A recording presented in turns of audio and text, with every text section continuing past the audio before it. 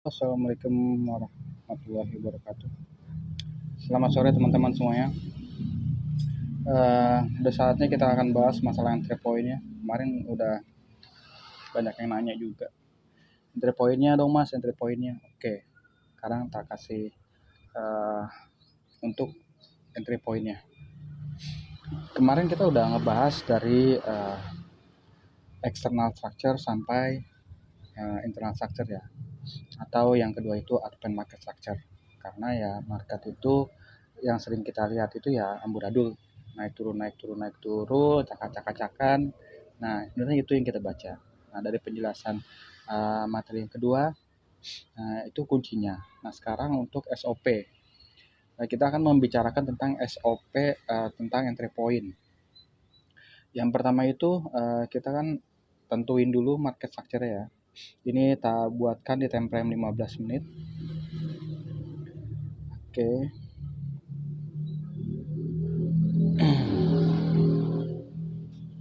Kita ambil dari yang paling rendah aja, sini, oke yang ini aja ya, nggak terlalu jauh-jauh ya.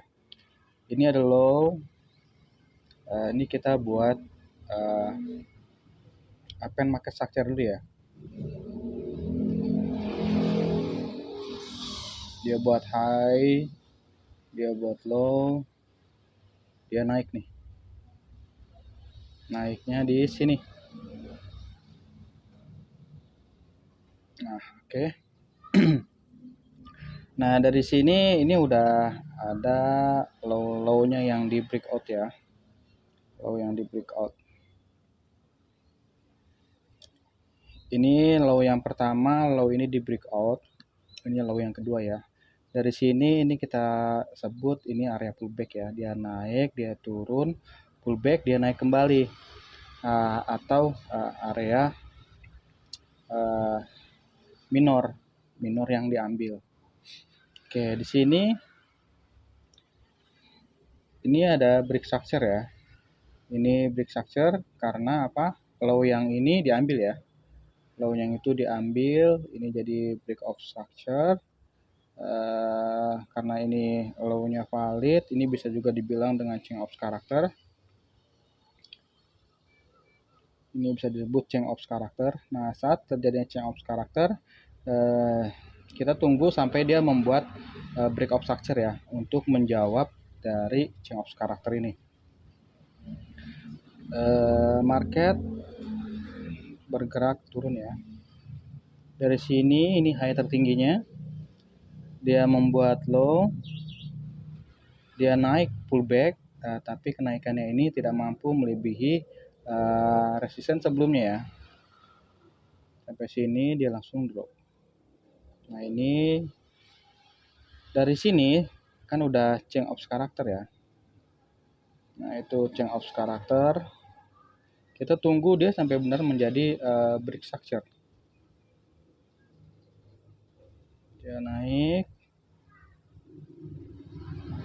Dari sini ada pullback ya. Di sini ada pullback kecil ya. Di sini juga bisa kita buat seperti ini.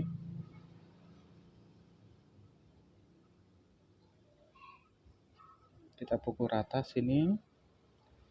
Tarik bawah sini ya. Sini dia naik ke sini, dia turun lagi. Nah, dari sini teman-teman udah bisa melihat ini udah terjawab lah, change of karakternya sudah terjawab dengan terjadinya break of structure. Ini break of structure ya. Ini break of structure. Nah, setelah kita mendapat signal break of structure atau BOS, kita pasti akan mencari entry point posisi untuk continuation ya, karena sifat dari break of structure itu atau BOS itu continuation. Jadi kita wajib mencari atau cari penerusan dari BOS tersebut. Nah, SOP-nya gimana sih cara kita mencari entry posisi setelah terjadinya break of structure? Seperti itu kan yang teman-teman pengen kan, yang teman-teman kebelet banget ingin tahu. Oke, yang kunci utama adalah kita tahu nih market ini sudah break of structure, berarti kita continuation ya. Kita akan cari continuation. Yang kedua, SOP-nya adalah sebuah area minor yang di breakout. Pertama dia tuh harus mengambil minor yang di breakout. itu disebut sama dengan inducement ya. Nah, dari sini kita udah bisa melihat. Nah, dari pergerakan turun ini, turun, dia naik, dia turun break of structure, berarti ini kan pullback terakhir ya. Nah, inilah menjadi level inducement-nya. Ini yang menjadi level inducement. Nah, ini inducement. Pokoknya kita tentukan setiap terjadinya break of structure, kita harus tentukan level inducement-nya. Template, oh kenapa nggak ada? Start, buatkan.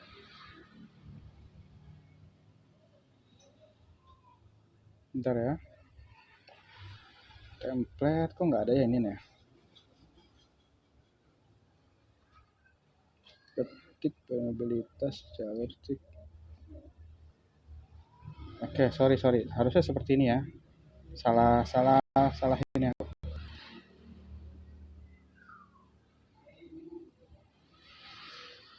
Garis trend. Oke, nah kalau garis trend ketemu ya. Ini level inducement ya. Ini level inducement. Nah, kuncinya di sini teman-teman. Kuncinya di sini.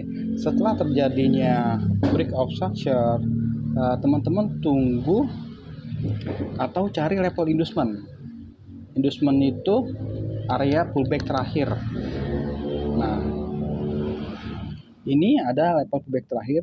Nah, level pullback terakhir ini diambil ya. Diambil, inducement ini diambil. Nah, setelah inducement ini diambil, kita fokus cari area supply demand atau order block. Karena entry point kita hanya di supply demand dan order block. Ini dari sini, ini kita sudah melihat di sini ada jelas banget ya. Ini adalah supply candle ya, supply demand ya. Ntar tak blocking. Ini ada supply. Ini candle supply atau supply area ya. Nah, disinilah letak entry point kita. Entry point kita itu di supply demand. Nah, teman-teman bisa lihat sendiri. Setelah inducement keambil, dia masuk entry point supply demand ini. Bentar. Tag supply demand ya, atau SND ya, SND. Nah, ini area entry point kita. Supply demand. Untuk risk reward itu ya ketika dia membuat break of structure berarti sifatnya continuation. Kalau continuation berarti harus terjadi break structure kembali ya. Untuk pengambilannya seperti ini.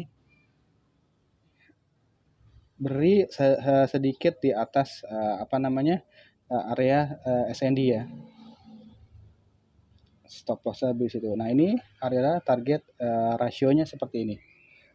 Terjadinya break structure kembali untuk penurunan ya atau penerusan dari menjawab signal break of structure itu. Nah, setelah break of structure berarti di sini terbentuk lagi ini bos kembali. Ini break structure kembali ya. Ini break structure kembali. Nah, setelah terjadinya break structure sama, kita akan mencari inducement. Kita tentukan level inducementnya. Nah, sekarang ini tak hapus dulu. Tentukan di mana level inducement selanjutnya. Inducement itu kan area pullback terakhir ya. Kalau untuk di time frame 15 ini, kita gambarkan lagi. Tadi sebelumnya terjadinya bos, dia naik karena ini adalah candle inside bar, berarti masih lurus ya. Sini, berarti sini ya. Sini.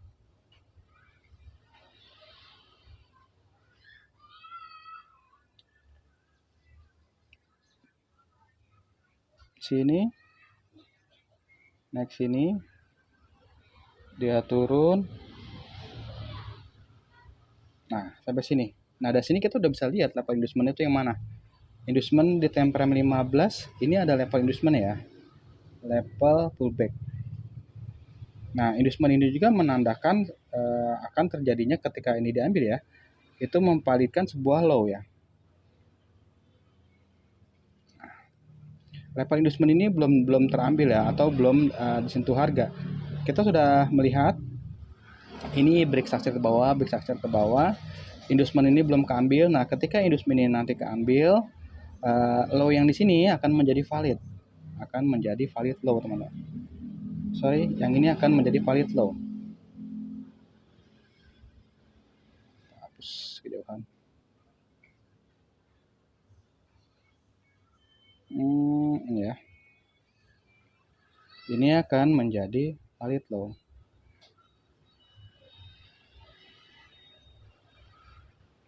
Itu akan menjadi valid low ketika si inducement ini keambil. Saat ini apakah ini valid low? Belum ya. Ini belum valid low karena inducementnya belum keambil ya. Berarti belum ada low valid di sini.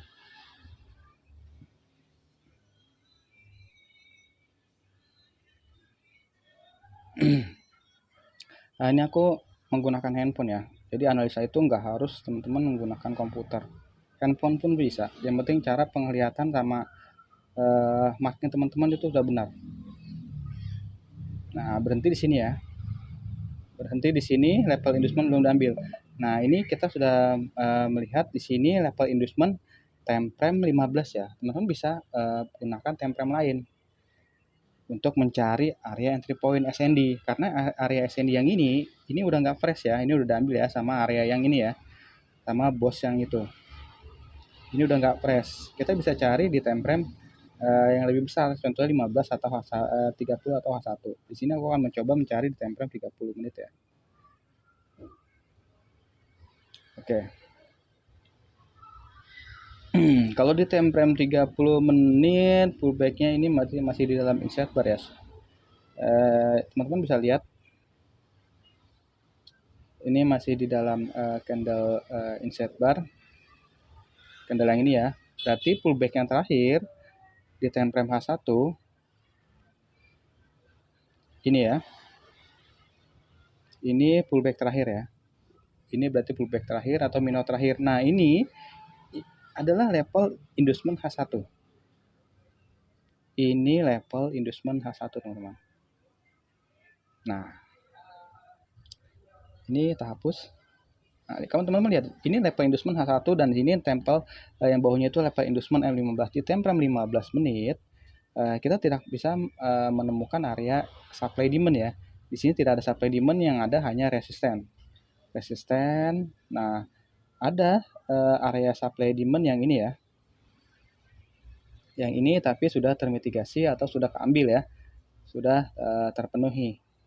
Nah, makanya kita cari di time frame 30 atau H1. Nah, di time frame 30 tadi kita sudah menemukan levelnya, ternyata area itu tuh levelnya inducement time frame 30 ya.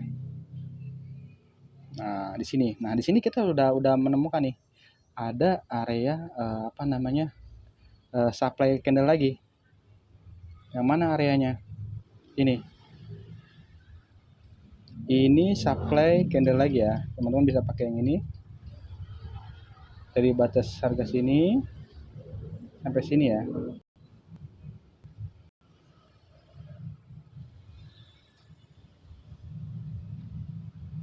Nah, ini menjadi entry point bisa. Coba kita lihat time frame H1-nya. H1 gimana?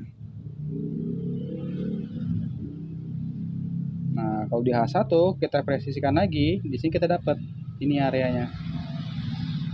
Nah, di candle H1 itu ya. Candle H1 yang di breakout. Nah, ini adalah entry point. Nah, jadi teman-teman punya dua pandangan nih. Bisa menggunakan time frame 15 dengan menunggu inducement itu keambil ya. Inducement keambil berarti cari entry point.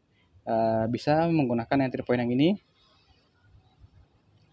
untuk di retest kedua kalinya ya, karena ini baru pertama kali ya. Pertama kali dia langsung drop.